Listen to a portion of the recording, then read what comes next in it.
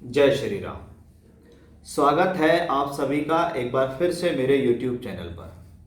मैं पंडित आशीष शर्मा लेकर आया हूँ एक बहुत ही रोचक जानकारी।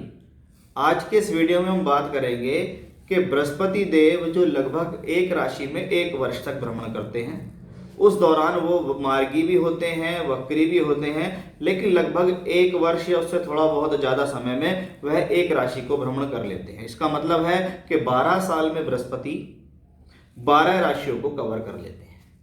अब इसके अंदर दो राशियां बृहस्पति की है, एक धनु राशि और एक मीन राशि। ये दोनों ही राशि उसकी अपनी है और शास्त्र कहता है जब कोई ग्रह अपनी राशि में हो या उच्च की राशि में हो तो ऐसे ग्रह के अंदर बल बढ़ जाता है या ऐसा ग्रह अपने फलों को देने में ज्यादा बेहतर सक्षम होता है।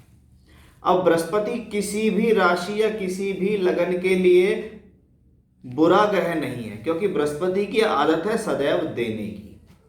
किसी भी कुंडली के अंदर मुख्य 5 भावों के कारक बृहस्पति हैं। इसका मतलब उनका दायित्व और ज्यादा बढ़ जाता है, क्योंकि बृहस्पति धन के, संतान के, भाग्य के, कर्म के और लाभ के प्रबल कारक हैं। यदि आपको पैसा चाहिए, धन संचय आपको करना है, पैसा इकट्ठा आपको करना है, तो वो बिना बृहस्पति की सहायता या कृपा के नहीं मिलता।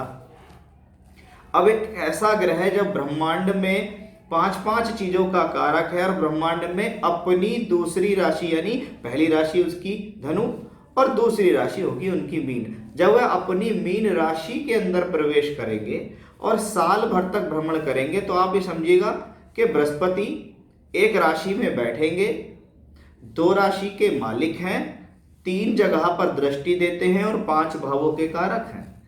यानी अकेला बृहस्पति कम से कम कुंडली के अंदर या गोचर के अंदर बैठने, देखने और कारक और स्थिति के अनुसार लगभग 13-14 जगह को प्रभावित करता है। अब ऐसे ग्रह का जब परिवर्तन होने वाला है 13 अप्रैल 2022 से लेकर 23 अप्रैल 2023 तक, ये ग्रह अपनी ही मीन राशि में रहेंगे। तो इनके बारे में यह जानना आवश्यक है कि भाई आखिर ये प्लेनेट इस राशि में करेगा क्या। अलग अलग राशियों पर इसके अलग अलग इफेक्ट्स तो होंगे, क्योंकि वह आप अलग अलग राशियों से अलग अलग भावों में भ्रमण करेंगे, अलग अलग स्थानों पर दृष्टि देंगे। लेकिन आखिर आपको यह समझ में आना जरूरी है कि आखिर ये करता क्या है। देखिए, बृहस्पति का जो भ्रमण काल है ये साल भर तक मीन राशि में रहेगा। अब इसमें पहली बात यह है कि ये मीन राशि क्या है। मीन राशि काल पुरुष की द्वादश राशि कहलाती है, जिसके अंदर धर्म त्रिकोण से संबंधित भाव और जल तत्वता विद्यमान है। यानी ये वह राशि है जो अपने ऊपर अंदर जल की गहराई को लिए भी है और 4, 8, 12 एक धर्म त्रिकोण की राशियां कहलाती हैं। तो इसके अंदर धार्मिकता भी है, तो इसके अंदर गहराई भी है। और बृहस्पति ऐसी ही राशि के अंदर भ्रमण कर गए, तो पहले तो आप ये देखें कि काल पुरुष के 12वें घर की राशि 12 नंबर की राशि, और जब 12 नंबर की राशि का मालिक 12 ही नंबर में बैठे तो 12th हाउस से संबंधित यानी 12 नंबर के रिजल्ट ज्यादा मिलेंगे। जैसे टूर है, ट्रेवलिंग्स है, यात्राएं हैं, इन्वेस्टमेंट है, खर्च है, विदेश यात्रा है, बाहर से जुड़कर काम करने की स्थितियां काल पुरुष के 12 नंबर की राशि पर डिपेंड करती हैं। अब यह जल तत्व है और जल तत्व के साथ साथ यह एक धर्म त्रिकोणी राशि है, यानी यह आपके भीतर एक आस्था को जागृत करने की राशि है। जब बृहस्पति मीन राशि में रहेंगे तो कहीं ना कहीं आपके भीतर ईश्वर के प्रति आस्था जागृत होगी। यह स्थिति समूचे विश्व या हमारे देश के अंदर धार्मिकता को बढ़ाने वाली राशि भी कहलाएगी, क्योंकि हम इसे सिर्फ अपनी राशियों पर लगा रहे हैं और 12 राशियां के ही लोग हिंदुस्तान में कह लीजिए या पूरे वर्ल्ड में होते हैं। जब उनकी 12 नंबर की राशि प्रभावित होगी तो धर्म बढ़ेगा, धार्मिकता बढ़ेगी। ये उन लोगों के लिए ज्यादा बेटर है जो धार्मिकता से संबंधित कार्य करते हैं, सनातन धर्म के लिए कार्य करते हैं। फॉरेन ट्रैवलिंग से संबंधित कार्य करते हैं, एक्सपोर्ट इंपोर्ट से संबंधित कार्य करते हैं, या जिनका काम ही धर्म का प्रचार प्रसार है, जिनका काम अध्ययन अध्यापन है, शिक्षा देना है, क्योंकि बृहस्पति ज्ञान का कारक है, मैनेजमेंट का कारक है बृहस्पति। लोगों के बीच में बैठ के आप उपदेश दे रहे हो, उनको कुछ समझा रहे हो, चाहे आप ज्ञान बांट रहे हो, चाहे अपने सब्जेक्ट को पढ़ा रहे हो, तो उन लोगों के लिए और ज्यादा बेहतर हो जाता है, क्योंकि बृहस्पति इन्हीं चीजों का तो कारक है।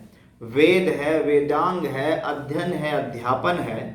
और जब ये गहराई और धर्म त्रिकोण की राशि में होता है तो आप ये समझिएगा कि आने वाले समय में मीन राशि एक प्रफुल्लित राशि होगी। इस प्रफुल्लित राशि का होना देश के अंदर उन लोगों के लिए भी बेहतर हो जाता है जो धर्म का प्रचार प्रसार करते हैं।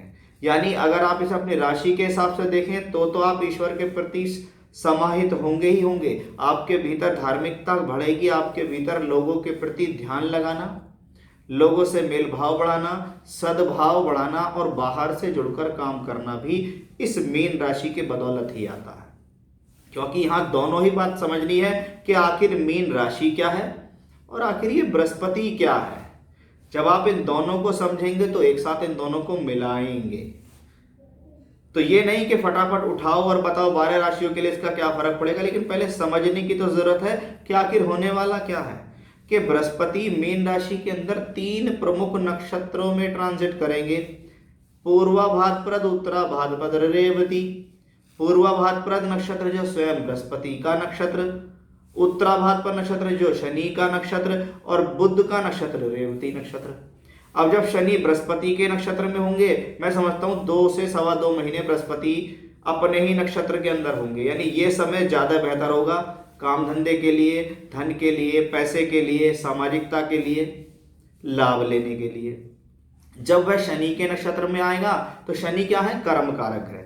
तब आप अपने काम के लिए बहुत सीरियस हो जाएंगे, तब आप अपने काम में ज्यादा दिमाग लगाएंगे, तब आप अपने काम के लिए ज्यादा समय देना शुरू कर देंगे, तब आप काम के लिए ज्यादा योजना देना शुरू कर देंगे।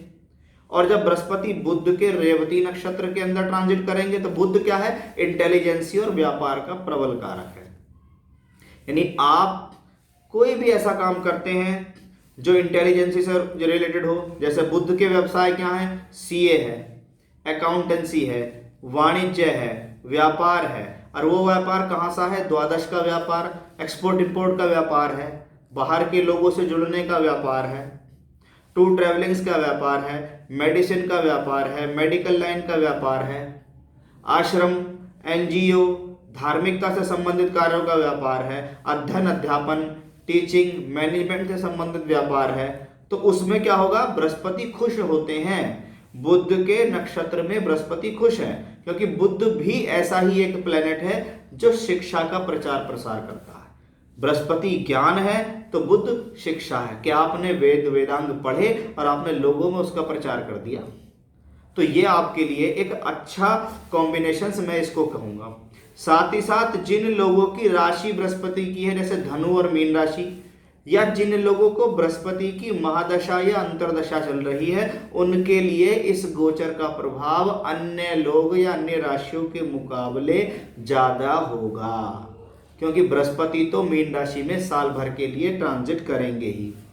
उस बीच में वो नक्षत्रों के अंदर भी एंट्री करेंगे, लेकिन अधिकतर प्रभाव किस पे है कि भाई जिसकी राशि धनु, जिसकी राशि मीन, या जिसको बृहस्पति की महादशा या अंतरदशा चल रही है, उनको अन्य लोगों के मुकाबले ज्यादा प्रभाव रहेगा, क्योंकि बृहस्पति गोचर में स्वराशि के अंदर एक्टिवेट हो गए हैं। वहीं बृहस्पति की राशि जब मीन में बृहस्पति ट्रांजिट करेंगे तो वहां से बैठ के वे कर्क और वृश्चिक राशि पर भी दृष्टि देंगे। यानी कर्क राशि के लिए बढ़िया, वृश्चिक राशि के लिए बढ़िया, और कर्क राशि चंद्रमा की राशि, वृश्चिक राशि मंगल की राशि, ये दोनों ही इसके परम मित्र भी हैं। यानी ये कर्क और वृश्चिक वालों के लिए भी एक अच्छा ही संकेत है।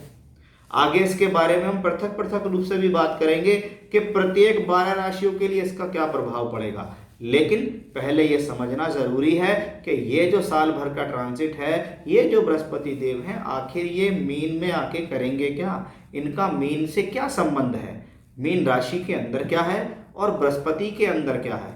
क्योंकि जब कोई ग्रह किसी राशि में जाता है तो वो अपने कारकत्व लेता है और उस राशि के कारकत्वों के साथ मिलकर ग्रहण करता है।